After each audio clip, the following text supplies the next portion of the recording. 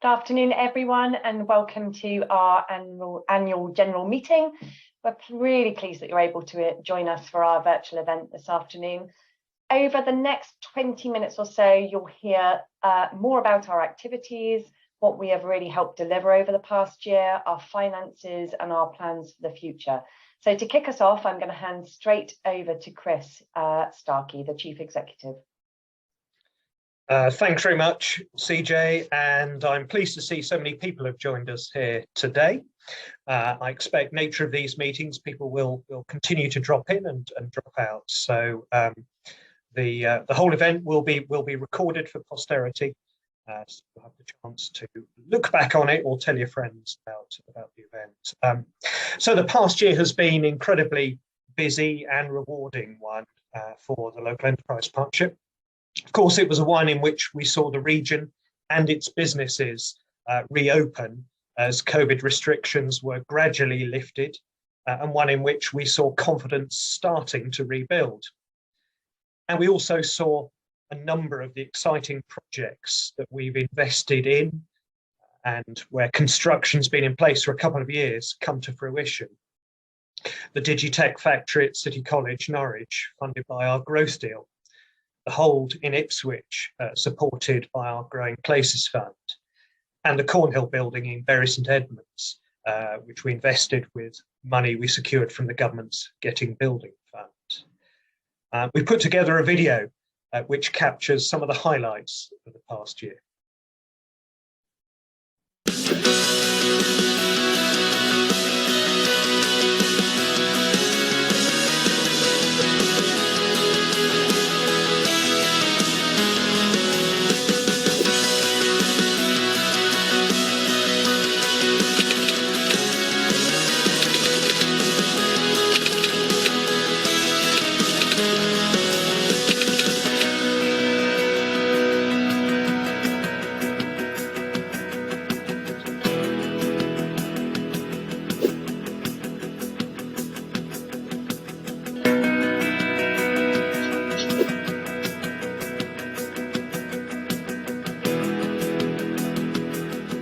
The immediate impact when COVID hit was worry.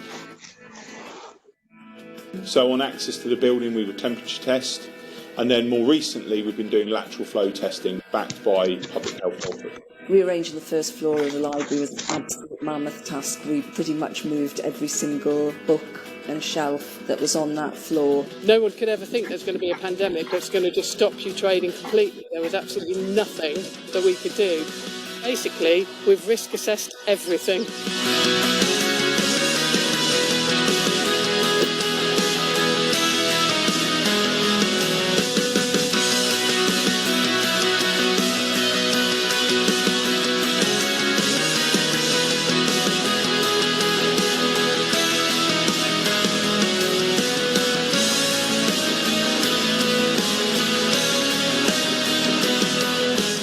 Carbon impact, it's about 3.5% of global gas emissions currently.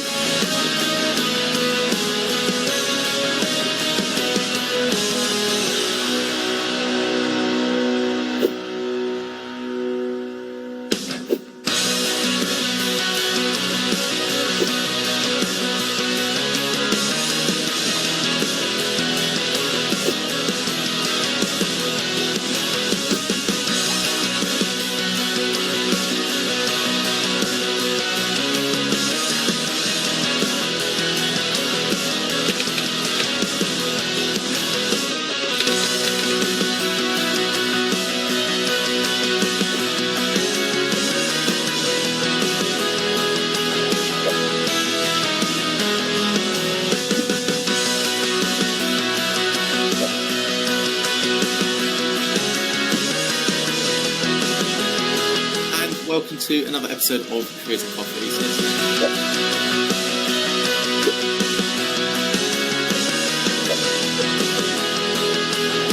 I'll try company is called Just Another Label. We produce music for the media, and that music is used in anything from TV programmes to films, adverts and radio shows. We had to invest into our database and make it more robust and fit for purpose. The database is making us more productive, giving us more time to spend in other areas of our business for growth. Things transforms physical objects into something you can interact with your smartphone and pay from. And a great example of that is something like a charity bucket. We invested in scaling our platform to be able to cope with the demands that we're having, and also in a new technology called Pay by Bank app. Biometric Systems is a new market-based tech startup. We brought our first product to market, the Enduro Equine Fitness Tracker. Our solution is like a Fitbit for horses. I would strongly recommend that you approach the LEP and see what they have to offer.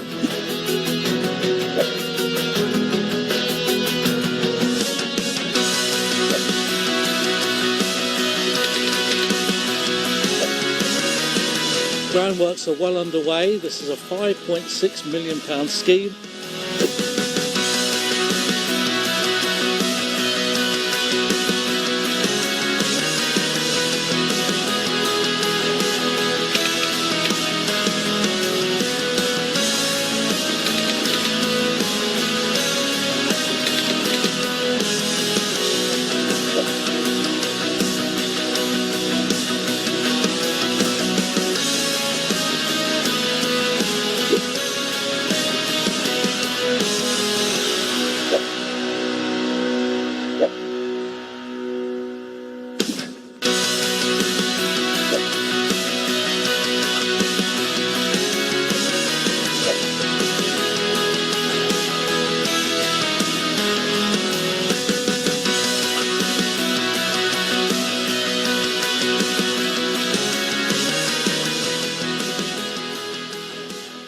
Hopefully you've seen in that some of the success stories we've enjoyed over the past 12 months. The video will be there for you to have a look at and in more detail on the website after the AGM. So we've had a lot of activity and some real impact. So the past year, looking back, was very much about renewing and rebuilding the region's future economic resilience as restrictions were lifted and as the economy reopened, providing support to businesses, but also laying the foundations for longer-term sustainable growth. We launched a 5-year strategic plan to reposition our enterprise zones to drive clean growth and innovation and link the enterprise zone sites with our innovation clusters and hubs in a more connected way. We're seeing a great deal of demand for these sites, particularly along the busy A14 corridor, as demand for commercial units and warehousing rises. Although economic growth and a number of business sectors have been impacted and continue to be impacted by various external factors, during 21-22, our enterprise zones reported 480 new direct jobs, supported 17 new businesses, made ready 21 hectares of development land, and realised £42.6 million of capital investment in the sites.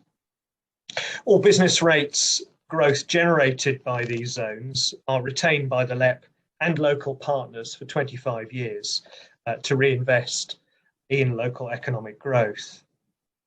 The success of our enterprise zones also means we've been well positioned to play a key role in the bid for and then the development of a new freeport for Felixstowe and Harwich, which offer the prospect and opportunity for more inward investment, jobs and growth over the coming years. A key part of Norfolk and Suffolk's resilience and its ability to fulfil its potential is the availability of a skilled workforce. This is particularly critical in sectors which are growing, such as digital. So it was a real priority for us, and therefore fantastic to see state-of-the-art new facilities supporting Digitech at City College Norwich, at the University of Suffolk's new centre at Adastral Park, and new facilities at Suffolk New College in Ipswich. All three of the projects were made possible through our growth deal with government and will help to ensure we have a pipeline of skills to support our burgeoning digitech sector in the coming years. Some of the projects we've helped fund will also provide a boost to the region's culture and tourism sector. The new visitor centre at Carlton Marshes Nature Reserve near Lowestoft, opened by the Princess Royal, is a great example of this. And of course, the Marina Centre on Great Yarmouth's iconic seafront, which opened just a few weeks ago.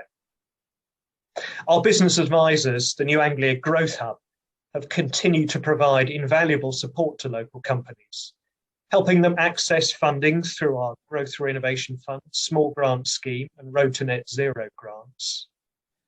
More than 200 businesses have also benefited from our peer-to-peer network, a national initiative for ambitious SME leaders, while our Scale Up New Anglia programme has also supported dozens more business owners with ambitious plans for growth. Supporting businesses will continue to be at the heart of the LEP's plans as we move forward.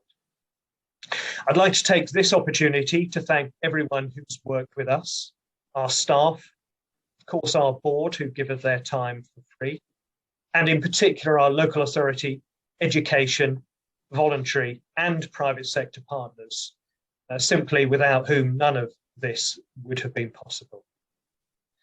For the next part of the meeting, I'd like to hand over to our Chief Operating Officer, Roseanne Weinberg, who will present our annual accounts. Hello, my name is Roseanne Weinberg and I'm Chief Operating Officer for the New Anglia LEP. I will talk you through 3 slides today, which will give you a snapshot of our income, expenditure and balance sheet positions for the 2021-22 financial year. I'll start with income. New Anglia receives income to support our projects and programmes and the LEP's operational activity. The LEP received a total income of 22.9 million for the year. The majority of the LEP's funding came from the government's Getting Building Fund. We also received funding from the Department for Business, Energy and Industrial Strategy, the European Regional Development Fund, ERDF, from our enterprise zones, and from several other funding partners, all to support LEP initiatives. The income breakdown can be seen on the slide, and I draw your attention to the following. We received Getting Building funds of just over 16 million.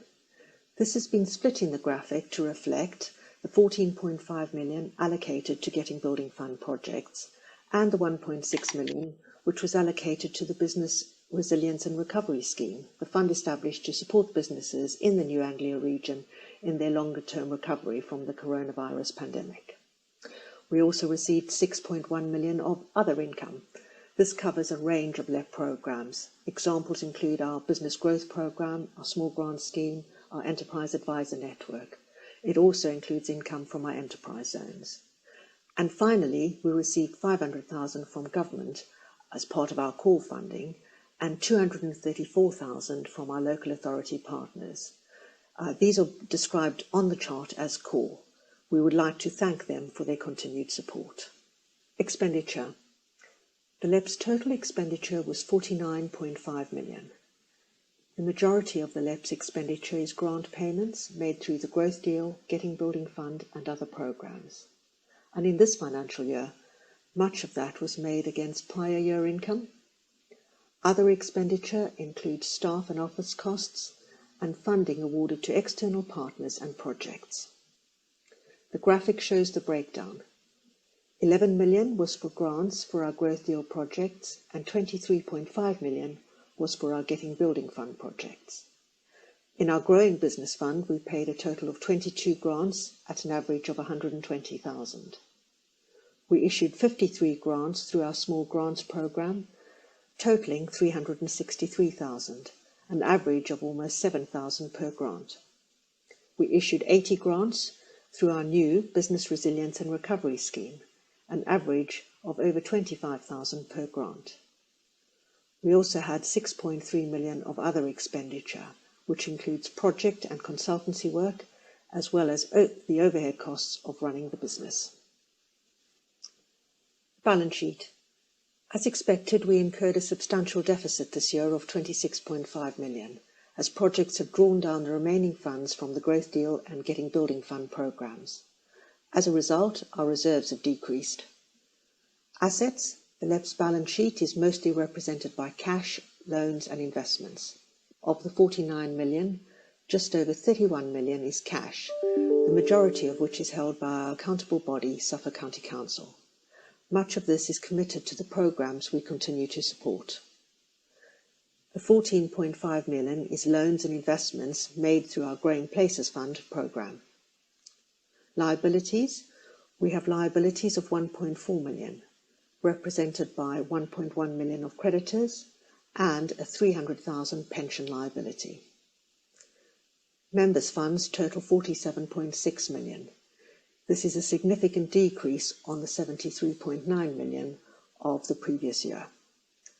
This year we are incurring a deficit of 26.5 million compared to a surplus last year of 19.5 million. And finally, the LEP's accounts are independently audited. They are published on our website and filed at Companies House. I'll now hand back to our chair, CJ, and she'll ask you to, number 1, adopt the accounts, and number 2, confirm the appointment of our auditors, Price Bailey, for the next financial year. Thank you. So thank you, Chris and Roseanne. So it's the formal part of our AGM now. We're going to approve our accounts and the reappointment of our auditors, Price Bailey, for the next financial year. So I'm going to ask for an approver and a seconder to comment in chat, if possible.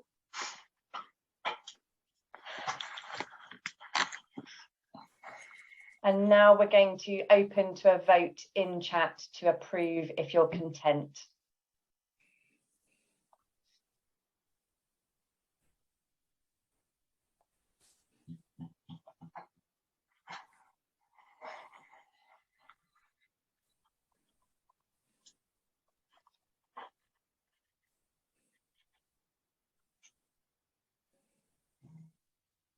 Thank you. And now for the reappointment of our auditors, Price Bailey. Again, I need someone to propose and to second this reappointment. Thank you. And again, opening to a vote. So please comment and approve in the chat if you're content.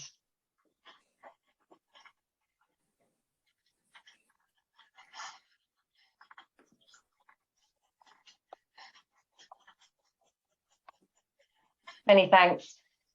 So this was my second year serving as chair of New Anglia Local Enterprise Partnership, and I am incredibly proud of what we've achieved with our partners, and in particular the role that we've played in supporting businesses through such a difficult time for the economy. We have done some sterling work in developing apprenticeships, helping businesses upskill their employees, and promoting job and training vacancies through our job support programme. And we have seen some extraordinary facilities built, which would never have seen the light of day if it hadn't been for our involvement. So what comes with the year ahead? Our Skills Boot Camps programme is on target to train 120 learners by the end of this month in skills for sectors that are struggling to recruit at the moment, such as construction, farming and logistics. By May 2023, that number will have doubled, and we are hoping to secure funding to extend that scheme. Space is an emerging sector and one in which 168 organisations in our region already operate, and that is the third highest in the country. The UK National Space Strategy is keen to develop space ecosystems and clusters at a regional level, and we have ambitions to become one of those areas.